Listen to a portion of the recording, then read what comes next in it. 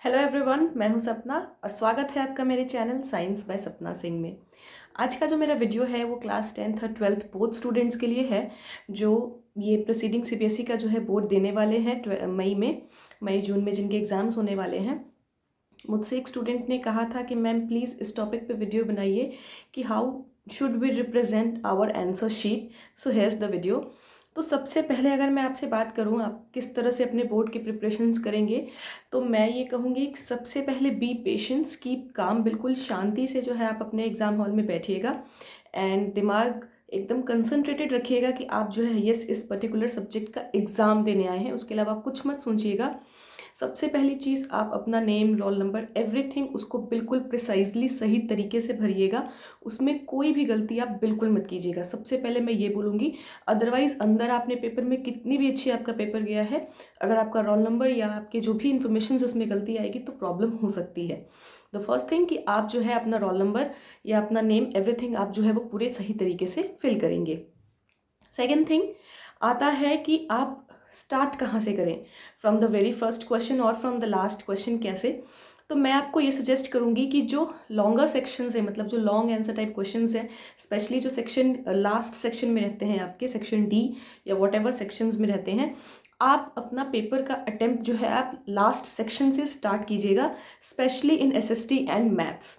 Science में भी आप अगर लास्ट से करेंगे तो बेटर होगा, बिकॉज बहुत सारे जो है बच्चे ये कंप्लेन करते हैं आफ्टर एग्ज़ाम कि मैम टाइम नहीं था, वरना हम पूरा पेपर लिख सकते थे, हमें ये पेपर आता था। ठीक है।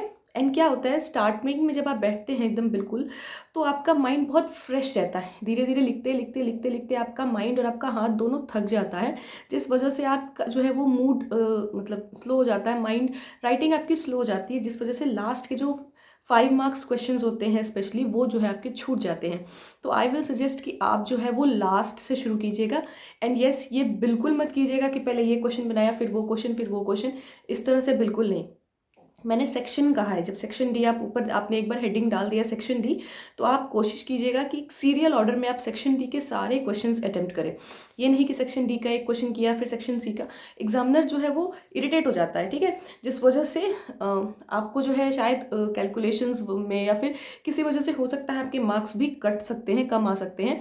सो आई विल सजेस्ट कि अगर आपने सेक्शन डी ऊपर लिख दिया है तो आप जो है सेक्शन डी के सारे क्वेश्चन जो है वो सॉल्व कीजिए। अगर आपको इनकेस कोई क्वेश्चन उस टाइम पे याद नहीं आ रहा है तो लीव अ गैप। एक आइडिया तो आपको होगा ही क्वेश्चन के अकॉर्डिंग कि कितना चाहिए होगा, तो उतना स्पेस छोड़ के आप नंबरिंग कीजिए, एकदम सीरियल वाइज नंबरिंग कीजिए, और उसके बाद जो है आप आगे बढ़ जाइए उस क्वेश्चन को अगर आपको नहीं आ रहा है तो। And yes, don't waste a time on that question जो आपको नहीं याद आ रहा है। सबसे पहले आप जो है सेक्शन डी में वो सारे क्वेश्चंस अटेम्प्ट कीजिए जो आपको आता है, जो नहीं आता है उसके लिए स्पेस छोड़ दीजिए। उसके बाद section C, section B, whatever section you want to attempt.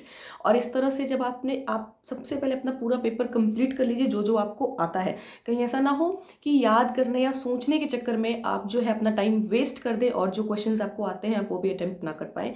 So this is the second tip कि आप जो है सबसे पहले वो सारे आंसर्स लिख लीजिए करेक्टली जो आपको याद है। आफ्टर दैट जो आपका लास्ट में टाइम बचेगा वो आप उन क्वेश्चंस को दीजिए जो आपको याद नहीं है, जिनको आपको बना के सोच के लिखना है। ठीक है। नेक्स्ट, आप अपने क्वेश्चंस के आंसर्स को प्रेजेंट कैसे करेंगे। सो आई विल सजेस्ट यू कि आप जो है बड़े बड़े पैराग्राफ्स मत लिखिएगा। आप जो है पॉइंट वाइज, अगर आप अपना आपका जो भी क्वेश्चन है, specially if I talk about SST and science में, मैथ्स में तो आप स्टेप वाइज मार्किंग करते ही करते हैं, इंग्लिश हिंदी में तो लिटरेचर में आपको स्टोरी लिखनी ही है, बट एसएसटी और साइंस की अगर बात की जाए तो जो भी टॉपिक का क्वेश्चन है उसमें जो भी इंपॉर्टेंट पॉइंट्स है उसको आप ABCD पॉइंट करके शॉर्ट शॉर्ट लिखेंगे, है ना। तो उससे जो है एग्जामिनर का उस पर जो है दिमाग क्या बोलते हैं उसको, अटेंशन जाएगा आपके क्वेश्चन पे, एंड वो सही तरीके से जो है वो आपके पेपर को चेक कर पाएगा। मेन पॉइंट लिखना ज़्यादा बेटर होता है एसएसटी के पेपर में और साइंस के पेपर में। थोड़ा सा, मैं ये नहीं बोल रही पूरी तरह से, बट थोड़ा सा जो है वो आपके ग्रामर सेक्शन को अवॉइड किया जाता है। अगर वो जो इंपॉर्टेंट वर्ड्स हैं, जो इंपॉर्टेंट टॉपिक्स, जो कॉन्सेप्ट है उसको आपने मेंशन किया है तो एग्जामिनर आपको अच्छे खासे नंबर देता है, बिकॉज उन पॉइंट्स के कॉन्सेप्ट आपको पता है या नहीं पता, एग्जामिनर को सिर्फ ये चेक करना है। ठीक है। तो आई विल सजेस्ट कि आप पॉइंट वाइज मार्किंग कीजिएगा, और जो लॉन्ग आंसर्स हैं, जो ज़्यादा बड़े बड़े आंसर्स हैं, उसमें जो अगर आप पॉइंट वाइज नहीं लिख, आपको याद है, सपोज दैट कि आपने बहुत प्रैक्टिस की और कोई आंसर आपको याद है और आपको ये समझ में नहीं आ रहा कि उसे पॉइंट वाइज कैसे लिखे, सो नो प्रॉब्लम, जैसे आपने याद किया उसको वैसे ही लिख दीजिए। एंड अंडरलाइन कर दीजिए, ठीक है। जो भी उस पर इंपॉर्टेंट टॉपिक्स हैं, इंपॉर्टेंट जो वर्ड्स उस आंसर में यूज़ किए हैं आपने, उसे जो है आप क्या कीजिए, अंडरलाइन इस तरह से अच्छे से कर दीजिए, ताकि एग्जामिनर का जो है सीधा अटेंशन उन अंडरलाइन वर्ड्स पे जाएगा। इसके अलावा जो है अगर कोई इंपॉर्टेंट वर्ड आपको जो है वो दिखाना है दूर से ही, सो आई विल सजेस्ट कि आप ब्लू पेन से अगर लिख रहे हैं तो उस एक इंपॉर्टेंट वर्ड को आप ब्लैक पेन से लिखिए। And your writing should be very neat and clean. Neat and clean writing देख के जो है एग्जामिनर का मूड फ्रेश हो जाता है, वो एक सही तरीके से कॉपी चेक करता है। कई बार ऐसा होता है कि हमारे आंसर्स बिल्कुल सही होते हैं, बट हमारी राइटिंग ख़राब होने की वजह से जो है एग्जामिनर उनमें इंपॉर्टेंट पॉइंट्स को ढूंढ नहीं पाता है, या फिर वैसे तो सीबीएसई में इस तरह का कोई एक्सक्यूज़ नहीं होता है, but still I will suggest you कि आप अपने पेपर को एकदम बहुत ही खूबसूरत तरीके से अटेम्प्ट करें। एंड रही बात अगर राइटिंग की स्पीड की और राइटिंग सुधारने की, सो अभी भी आपके पास अच्छा खासा टाइम है। I think you people can improve. आप रोज़ जो है अपने क्वेश्चन आंसर्स को ही, जो भी आपके साइंस एसएसटी या मैथ्स वगैरह में जो भी क्वेश्चन आंसर्स हैं, उन्हीं को लिख लिख के जो है आप प्रैक्टिस कीजिए अपनी राइटिंग को इम्प्रूव करने के लिए, ठीक है। So these are were some simple points, but yes very very important point. और इनमें सबसे जो इंपॉर्टेंट चीज़ है वो है आपका कंसंट्रेशन। आप जिस टाइम एग्जाम देने बैठे हैं वो 3 आवर्स आप सिर्फ और सिर्फ उस पेपर के बारे में सोचिए। आफ्टर दैट, उसके पहले या उसके बाद में क्या है आप कुछ भी मत सोचिए। Just keep your mind and your body काम। अगर आप एक शांत दिमाग के साथ अगर आप पेपर अटेम्प्ट करेंगे तो आई एम श्योर कुछ जो आंसर्स जो आप शायद आपके दिमाग से निकल गया है वो भी आपको याद आ जाएगा।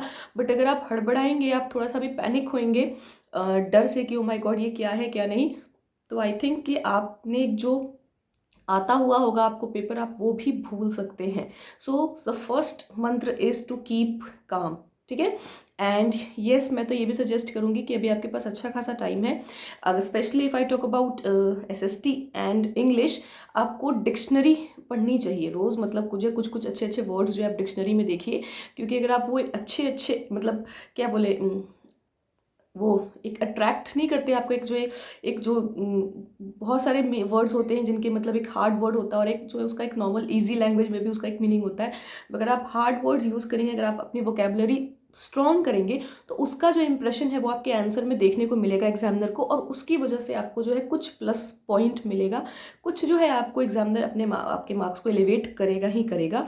सो these were some tricks. I hope आपको ये जो टिप्स हैं वो पसंद आए, या फिर ये टिप्स आपके लिए जो है वो हेल्पफुल हों। If this is so, please hit the like button and subscribe to my channel if you haven't subscribe. Thank you and have a nice day.